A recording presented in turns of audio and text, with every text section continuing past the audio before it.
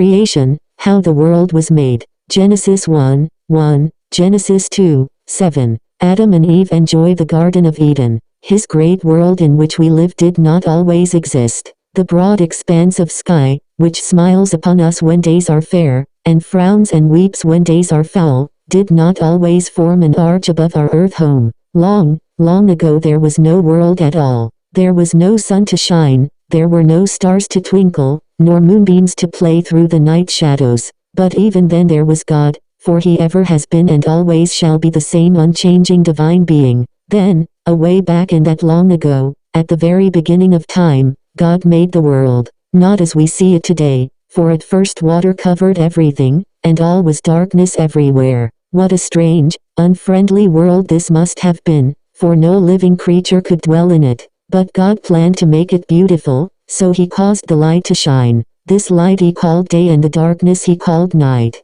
And then the evening and morning of the first day of time passed by. On the second day God made the beautiful blue sky, and placed above the water-covered earth clouds to carry the sky moisture. He called the sky heaven. On the third day he caused the waters to flow together in wide, deep places, and he called them seas. Dry land then rose up, and this he called earth. But as yet there were no grasses, flowers, nor trees. The whole earth was barren and desolate. So God caused a carpet of grass to grow upon the bare ground and beautiful flowers to spring up from the earth. The trees and herbs also he made to grow at his will. When God beheld all these things he saw that they were good. On the fourth day appeared the great lights which we see in the sky, the sun, the moon, and the stars. These he made to divide the day from the night. After these things were made, God began to create living creatures. He made fishes of all kinds and sizes to swim about in the seas and birds of every description to fly about above the water and land, just as we see them doing today. Thus the world continued to become more delightful, and the fifth day of the first week of time passed by. On the sixth day God made all the animals, great and small, and every creeping thing. Then there was life abounding in the woods and on the plains, as well as in the air and in the sea. What a beautiful world! Still what a strange world! For there were no people in it, not a home anywhere, not a man, woman, nor little child to be seen. What a very strange world indeed. But God had not yet finished his work of creation, for he wished to have people live in the wonderful world he had made. They could enjoy its beauties and take care of it as no other living creature could do. And more, they could know who had made all these great things, and knowing God they could love and worship him. So it was that God made the first man. Out of the dust of the ground he made the man's body, then he breathed into that body with the breath of life and man became a living soul. This first man God called Adam, and to Adam he gave the power to rule over all the other living creatures.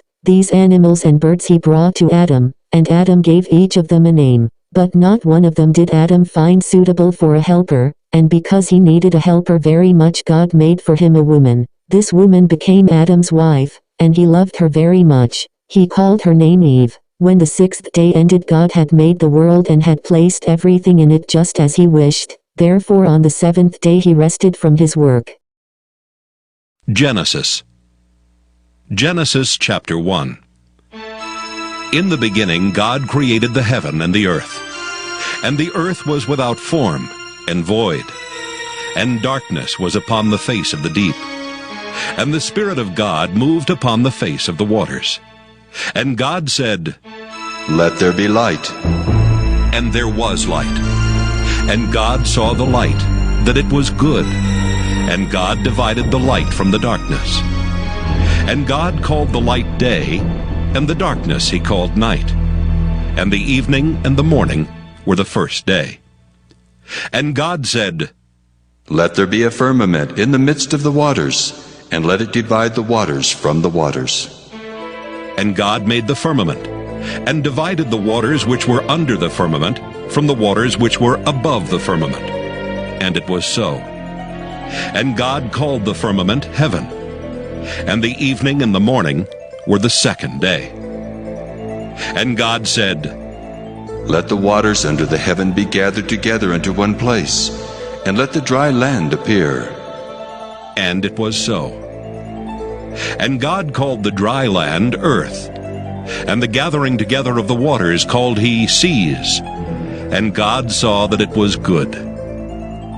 And God said, Let the earth bring forth grass, the herb yielding seed, and the fruit tree yielding fruit after his kind, whose seed is in itself upon the earth. And it was so. And the earth brought forth grass, and herb yielding seed after his kind, and the tree yielding fruit, whose seed was in itself, after his kind. And God saw that it was good. And the evening and the morning were the third day. And God said, Let there be lights in the firmament of the heaven to divide the day from the night, and let them be for signs and for seasons and for days and years, and let them be for lights in the firmament of the heaven to give light upon the earth. And it was so. And God made two great lights, the greater light to rule the day, and the lesser light to rule the night. He made the stars also.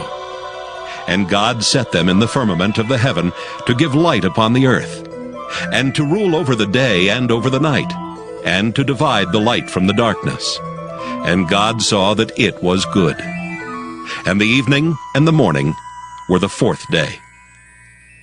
And God said, Let the waters bring forth abundantly the moving creature that hath life, and fowl that it may fly above the earth in the open firmament of heaven. And God created great whales, and every living creature that moveth, which the waters brought forth abundantly after their kind, and every winged fowl after his kind. And God saw that it was good. And God blessed them, saying, Be fruitful and multiply, and fill the waters in the seas, and let fowl multiply in the earth. And the evening and the morning were the fifth day. And God said, Let the earth bring forth the living creature after his kind, cattle, and creeping thing, and beast of the earth after his kind. And it was so. And God made the beast of the earth after his kind, and cattle after their kind, and everything that creepeth upon the earth after his kind. And God saw that it was good. And God said, Let us make man in our image, after our likeness, and let them have dominion over the fish of the sea, and over the fowl of the air, and over the cattle, and over all the earth, and over every creeping thing that creepeth upon the earth. So God created man in his own image. In the image of God created he him. Male and female created he them. And God blessed them.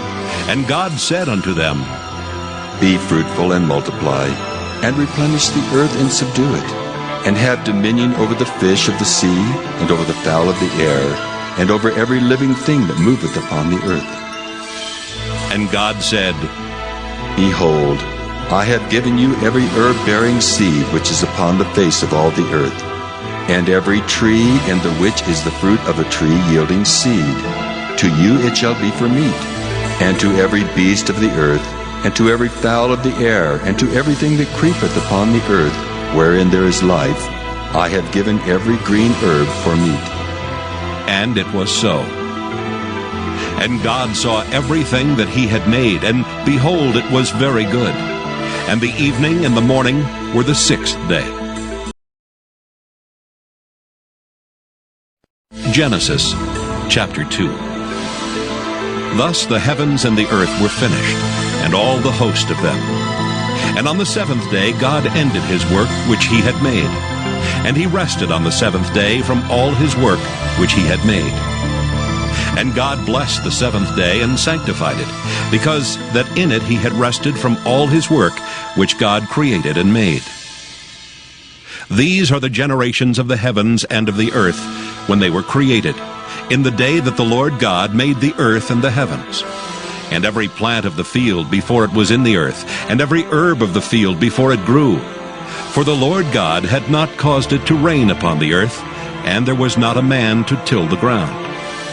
But there went up a mist from the earth, and watered the whole face of the ground. And the Lord God formed man of the dust of the ground, and breathed into his nostrils the breath of life, and man became a living soul.